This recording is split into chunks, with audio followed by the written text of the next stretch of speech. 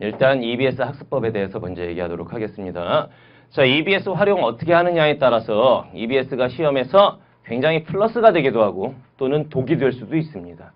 EBS를 맹목적으로 무식하게 막 공부하는 거 아니에요. 알겠죠? EBS는 이렇게 활용하는 겁니다. 자, 봅시다. 일단 영역별로 알려드릴게요. 영역별로. 자, 화법 영역. EBS가 의미가 있는 것이냐? 화법은 EBS가 연계성이 느껴지던가요? 여기 이제 재수생들이기 때문에 작년 수능을 본 거지. 작년 수능 시험장에 갔었죠? 네. 화법 딱 보니까 아니 이 작품은 EBS에 있는 그건가? 이게 보여요? EBS를 안 봤어요. 그래서 여기 있는 거야. 아, EBS를 안 봤구나. EBS를 아예 안 보고 시험장에 갔어? 이야. 아, 화작 부분을 아예 안 봤어요? 그랬을 수 있습니다. 문학은 작년에 봤었고? 학교에서 하는 거. 보통 요즘에 이제 학교에서 다 EBS로 진도를 나가죠. 그죠? 비문학도 했었고, 작년에? 안 했어요? 그러니까 문학만 살짝 보고 갔구나. 자, 화법 같은 경우에 잘 봐요. 선생님 뭘 보여줄 거냐면은 수능 시험지하고 또 EBS에서 수능 끝나고 발표를 했습니다.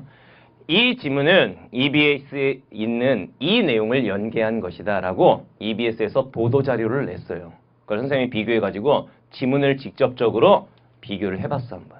띄워줄게요. 잘 봐요. 2017 수능 1, 2번 EBS 연계다 라고 발표를 했습니다. EBS 수능 특강 작년 교재였겠죠. 57페이지 1번에서 3번을 그대로 연계했다 라고 발표를 한 거야. 그래서 선생님 비교를 해봤더니 이런 내용이었어요. 자, 글씨가 잘 안 보이죠? 띄워줄게요. 확대해서. 자, 발표잖아. EBS에도 발표가 있었어.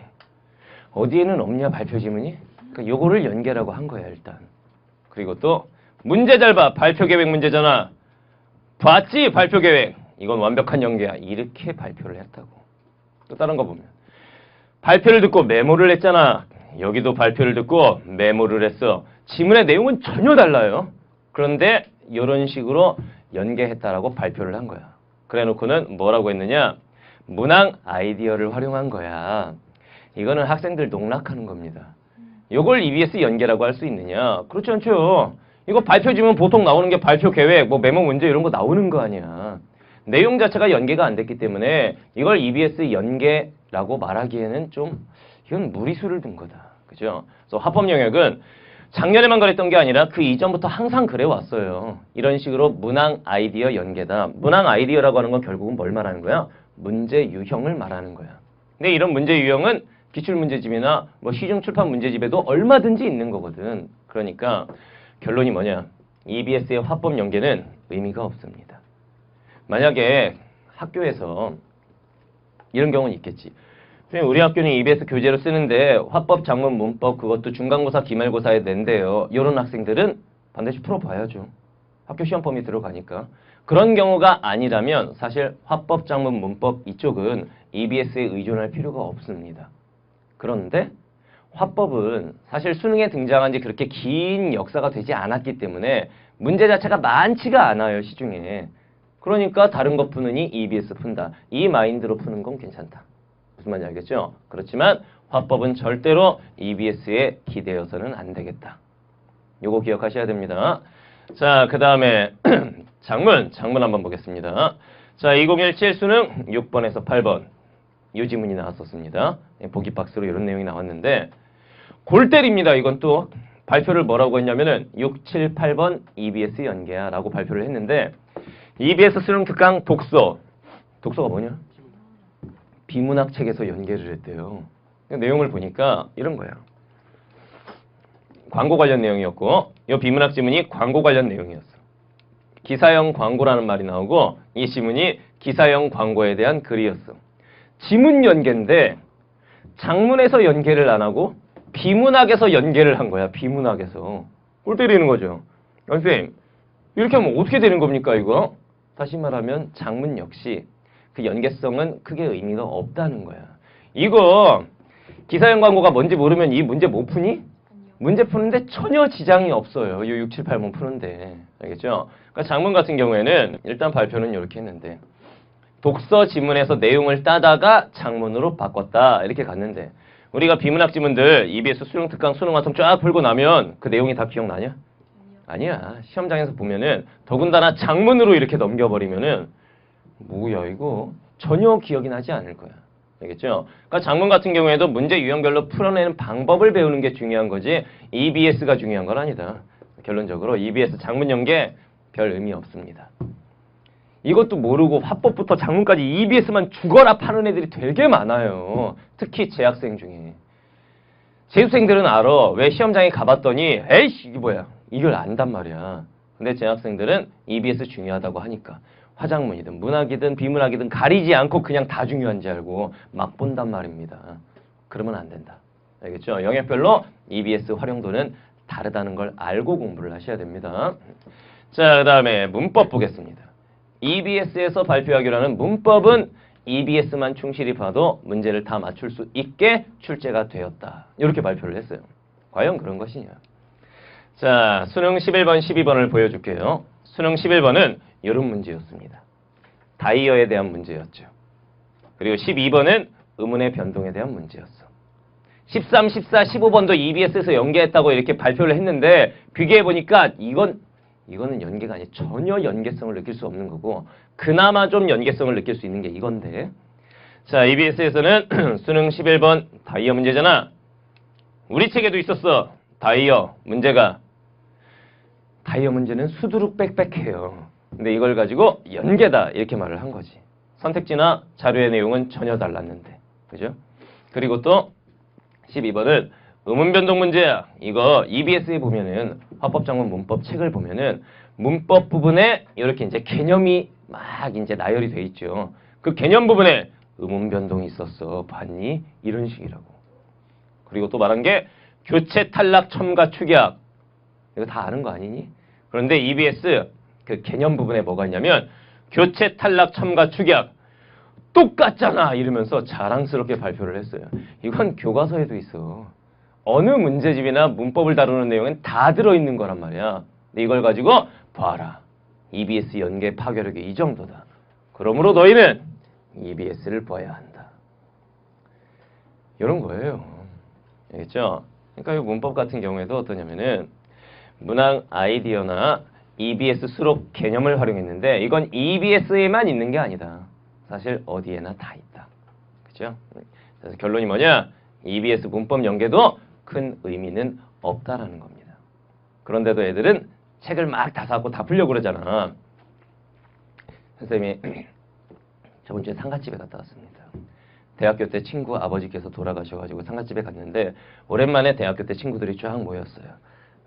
그 중에는 이제 뭐 수능 출제위원도 있고 수능 출제위원 교수님 아닙니까? 교수님과 교사들이 50대 50으로 수능 출제를 해요. 그리고 검토지는 전원 교사들이고 그 다음에 출제진은 50대 50이고 이렇게 되는데 내 친구는 검토진이 아니라 출제진이더라고. 그런데 뭐 다양한 말을 섞지는 않았습니다. 위험하거든. 그래갖고 뭐 이런저런 말은 하지 않았어. 저희 수능 출제하고 왔다고 작년에 그러길래 그랬니? 좋은 일 했네. 물어보고 싶은 게 많았어. 하지만 묻지 않았어. 왜? 위험하니까. 묻지 않았어요. 그리고 그 친구가 이제 또 EBS 지필 들어갔더라고. EBS 지필을 들어갔는데 이제 수능 특강 수능 완성 EBS 지필진인 거지 이제. 그런 얘기가 있대요. EBS 너 그거 그러면 인세로 받니? 그 지필 금액을 그랬더니 인세로 받는데요.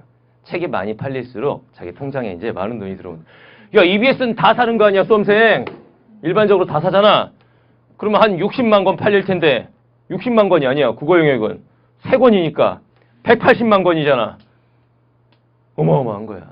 사실 EBS가 선생님이 알기로는 EBS 70% 연계되기 전까지는 국가의 투자금으로 운영이 되는 어떤 약간 적자 회사였던 걸로 알고 있어요. 근데 EBS 70% 이후로 학생들이 문제집 다 사버리니까 어떻게 된 거야? 완전 흑자로 돌아선 거죠. 그러니까 이제 뭐 이게 나쁜 건 아니야.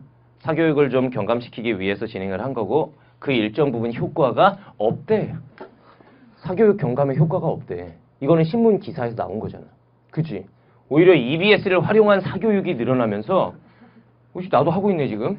EBS를 활용한 사교육이 늘어나면서 오히려 더 늘어난 측면이 있다라고 그러더라고. 그러니까 이거는 지금 나라에서 계속 EBS 연계 70%를 고집하는 이유 중에 하나가 그런 걸 수도 있어 사실은.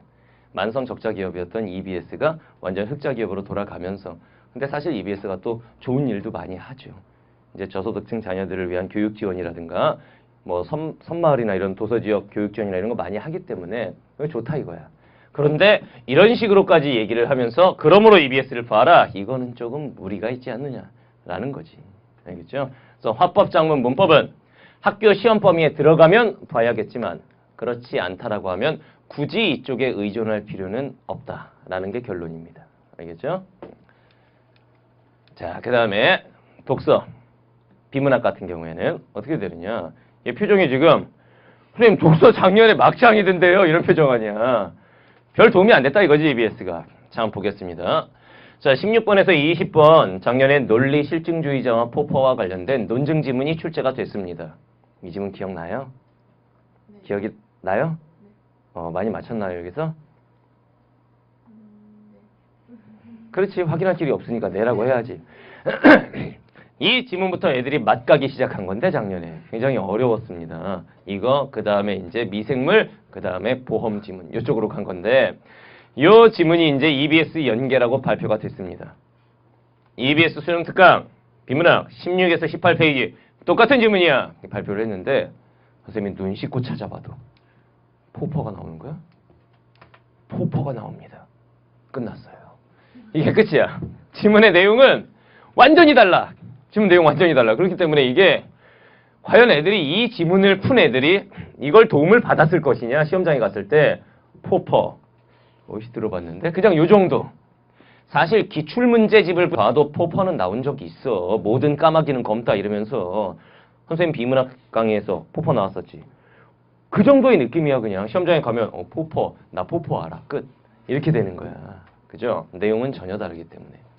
그 다음에 또 자, 요거는 약간의 의미가 있기는 한데 33에 36번이 이제 미생물 관련 비문학 지문이었어. 보험 지문은 비연계였고.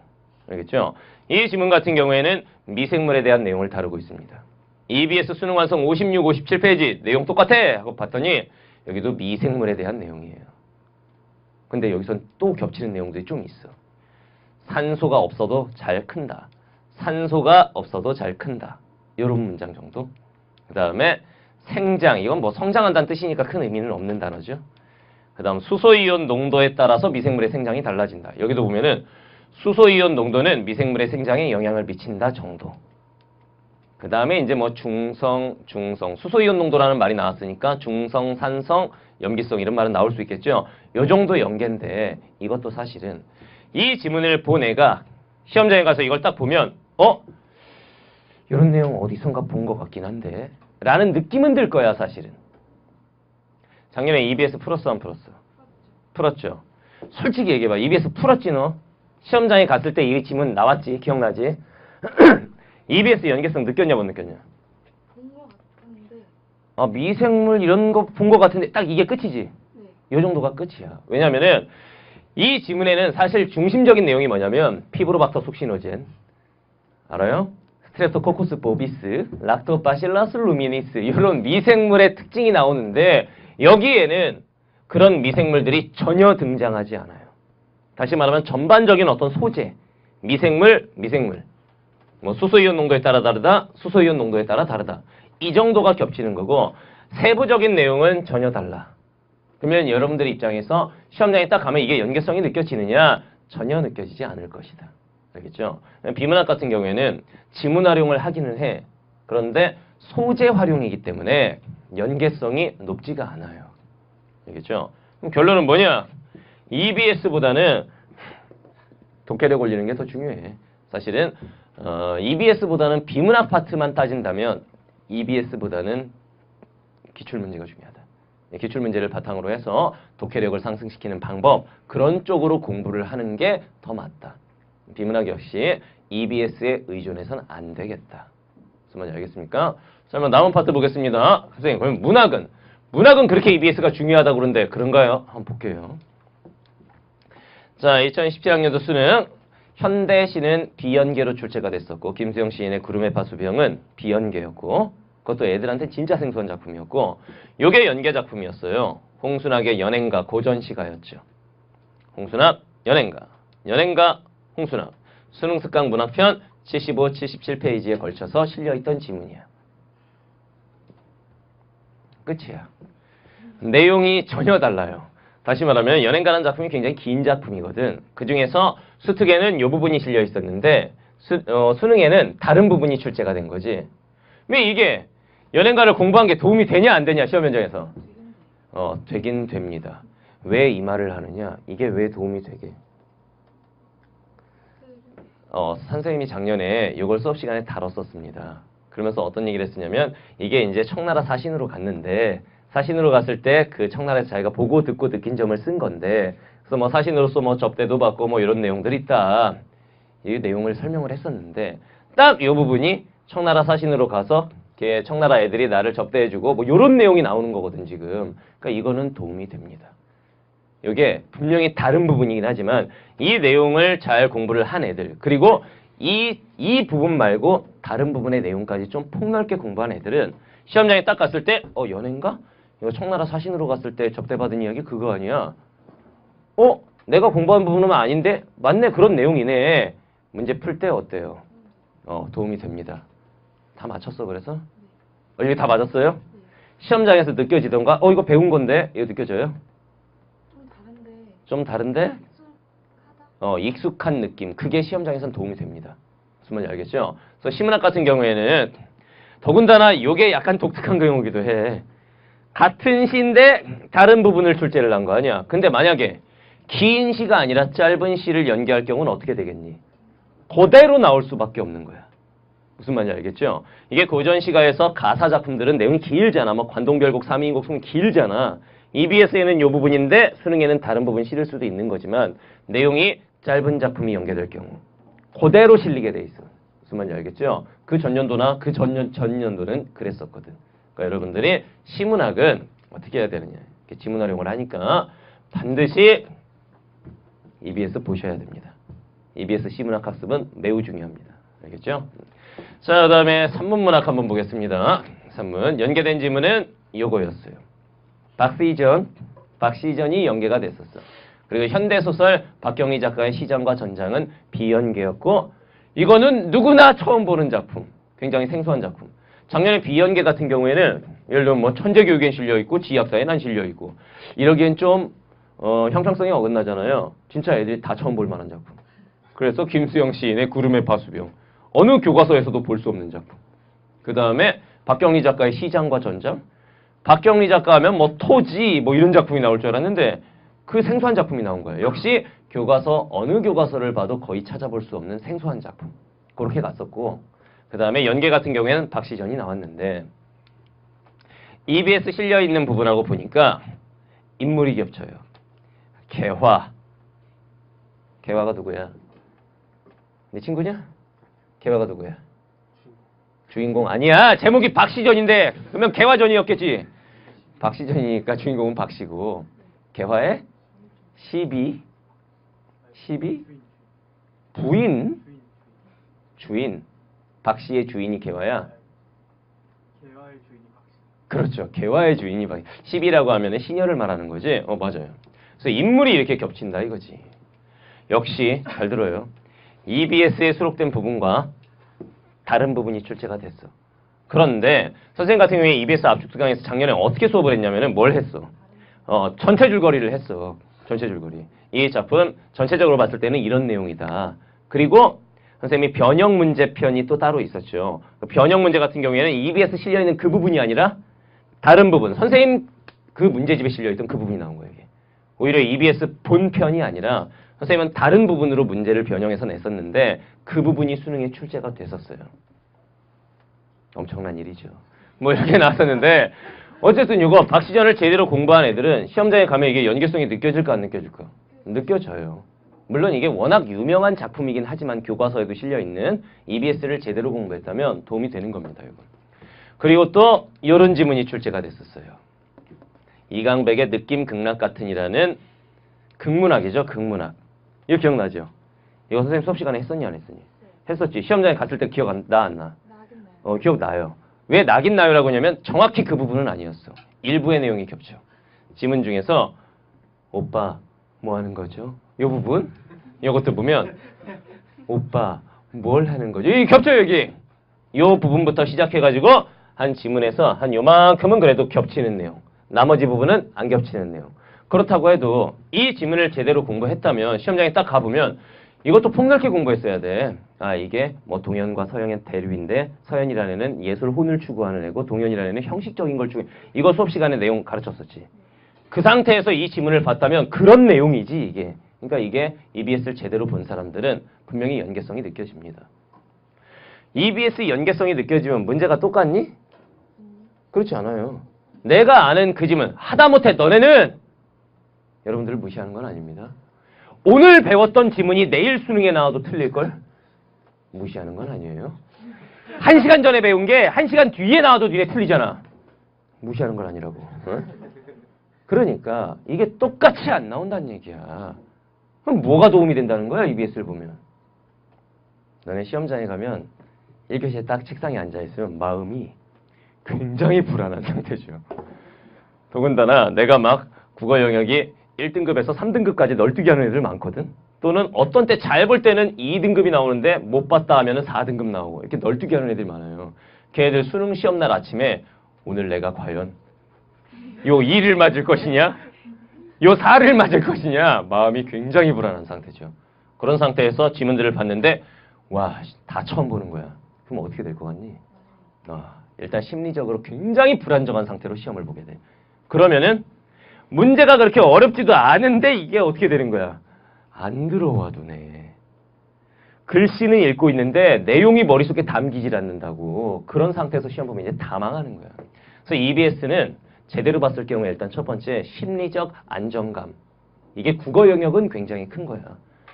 수학은 불안해서 틀리니? 마음이 불안해서 4점을 틀려요? 그렇지 않아요. 못 푸니까 이거는. 그냥 모르겠으니까. 근데 국어 영역은 마음이 불안하면 읽힐 글도 안 읽혀요. 그래서 틀린 경우가 굉장히 많지. 그 다음 두 번째. 또 어떤 측면에서 도움이 될까요? 시간 단축. 시간 단축. 이 문제를 풀 때 이거 내가 아는 그 내용 아니야 싶으면은 익숙하잖아. 지문 읽을 때 다른 지문에 비해서 좀 더 빠르게 읽을 수가 있어요. 만약에 문학 공부가 빠삭하게 돼 있던 학생이었다면 이런 지문 좀 빨리 읽었어야 돼, 작년에. 그리고 연행가 이런 연계 좀 빨리 읽었어야 된다고. 빨리 읽었나요, 걔네? 아니요. 빨리 못 읽었죠. 집착하게 되지, 자꾸. 이런 것들을 공부를 빠삭하게 하려면 좀 빠르게 읽었어야 돼. 즉, 문학도 15문제고 비문학도 15문제지만 여러분들은 어디를 빨리 풀어야 될까? EBS 공부를 빠삭하게 하고 그 연계성이 높다고 느껴지는 문학 이쪽에서 스피드를 냈어야 되는 거야. 그 다음 여기서 시간을 확 줄여. 그 다음 그 줄인 시간을 어디다 갖다 박어? 비문학에다가 몰빵, 쉽게 말하면 보험지문에다가 몰빵 이렇게 가야 돼. 쌤이 항상 말하지만 1번부터 15번 23분 안에 풀겠습니다. 하지마! 그런 식으로 하니까 망하는 거야. 그게 계획대로 되나요, 시험장에서? 잘 안 됩니다. 그게 아니라 본인이 강한 영역에서 시간을 줄이고 그 다음 본인이 약한 영역 또는 어려운 지문에다가 시간을 다 때려박는 거야. 그래야 고득점이 나와. 이게 이제 문학 비문학을 봤을 때는 EBS 공부를 빠삭하게 해가지고 빠삭하게 해서 문학 쪽에서 시간을 좀 세이브를 하고 그 시간을 비문학 어려운 지문에다가 비문학은 함축성이 없기 때문에 시간을 길게 주고 풀려고 그러면 어떻게 찾아서라도 맞춘단 말이야, 애들이. 시간 없어서 못하는 거지, 이거. 이 세이브한 시간을 였다가 다 갖다 박는 거야. 그래야 고득점이 나오는 거야. 무슨 말인지 알겠습니까? 여기서 시간을 좀 줄여줬어야 된다. 그러니까 심리적인 안정감, 시간 이것만 해도 굉장히 사실은 점수에 도움이 되는 얘기들인 거야. 오케이? 그래서 3분 문학도 지문 활용을 해. 근데 겹치는 내용이 많지는 않아. 그럼 봐야 돼, 안 봐야 돼? 그래도 봐야 돼. 전체 줄거리 이런 것까지 봐야 돼. 그래서 융통성 있게라는 내용은 전반적인 내용 학습이 필요하다는 얘기입니다. 선생님 EBS 압축 강의도 이런 식으로 진행이 된다는 얘기지. 무슨 말인지 알겠습니까? 단순히 그 지문만 딱 빼고 끝나면 안 된다는 얘기야. 좀 폭넓게 공부를 해줘야 돼. 정말 중요한 작품들의 경우. 오케이? 자, 그러면 최종 결론이 뭐냐? 화법, 장문, 문법, EBS 연계는 의미 없다. 알겠죠? 자, 그 다음에 독서, 비문학, 독해력 학습이 중요하다. 자, 그러면 이 비문학도 EBS 문제집 안 풀어도 됩니까? 풀어야 돼, 안 풀어도 돼? 풀면 좋아요. 내가 학생이라면 한 번쯤은 풀겠어. 문제 풀고 그 다음 지문에서 답의 근거 찾기 한번 하고 지문 분석 정리도 한번 해보고 그 정도는 하겠어. 뭐 여러 번 보진 않더라도. 알겠죠? 특히나 재수생, N수생 학생들은 재학생들에 비해서 상대적으로 시간이 좀 많잖아. 그러니까 EBS 본교재 비문학도 푸셔야 하는 겁니다. 본교재 다 샀죠? 아직 안 쳤어요. 자, 그 다음에 자 시문학 같은 경우에는 C는 EBS 학습이 매우 중요합니다. 그러니까 EBS에 수록된 문학 작품은 빠삭하게 공부를 하되 문제는 작품의 내용을 외우듯이 하라는 게 아니야. EBS 그 실려있는 그 시문학 작품은 이건 공부 대상, 즉 텍스트인 거야. 이 텍스트를 바탕으로 해서 시를 읽는 방법, 이런 식으로 공부를 하라는 얘기야. 선생님 수업의 방향도 그런 거거든, EBS 압축 강의가. 단순히 이 지문 쫙 설명해주고 소재, 주제, 갈래, 특징 외워라 이게 아니란 말이야. 이 텍스트를 바탕으로 해서 어떤 지문을 읽어내는 방법, 문제를 풀어내는 방법, 이런 내용이라면 아마 이런 게 출제 요소가 되겠지, 이런 걸 보는 능력, 이걸 키우면서 공부를 해야지 단순히 내용 암기하는 거 아니야. 무슨 말인지 알겠습니까? 어떤 애들은 진짜 마음 급하니까 작품 놓고 그냥 소재, 주제, 갈래, 특징 이것만 팍팍팍 읽어보고 팍팍팍팍 넘기는데 시험장에 가면 아무런 도움이 되지 않는다. 망하는 거야 그냥. 알겠죠? 그런 식으로 공부해서는 안 돼. 그 다음 3문 문학도 EBS 학습을 하되 전체적인 내용 학습을 병행해야 돼. 역시 소설이든 극문학이든 이거는 내가 공부할 대상, 텍스트인 거야. 쭉 읽다 보면 아 여기 역수능 신경 구성이잖아. 만약 수능에 이런 게 연계되면 이런 것들이 출제 요소가 되겠구나. 이런 식으로 공부를 해야 되는 거야. 무슨 말인지 알겠죠? 단순히 내용 암기가 아니란 얘기입니다. 내용 암기식으로 방향을 잡은 학생들은 큰일 나. 빨리 마음을 고쳐 먹어야겠다. 그걸 대상으로 해서 국어 공부를 하는 거지 이 작품 자체 내용 학습을 하는 건 큰 의미가 없다는 얘기입니다. 무슨 말인지 알겠죠? 그런 방향으로 공부를 하도록 합니다. 오케이? 그리고 시험장에 가면은 분명히 연계성도 느껴지고 좀 도움이 될 거라 이거지. 알겠나요?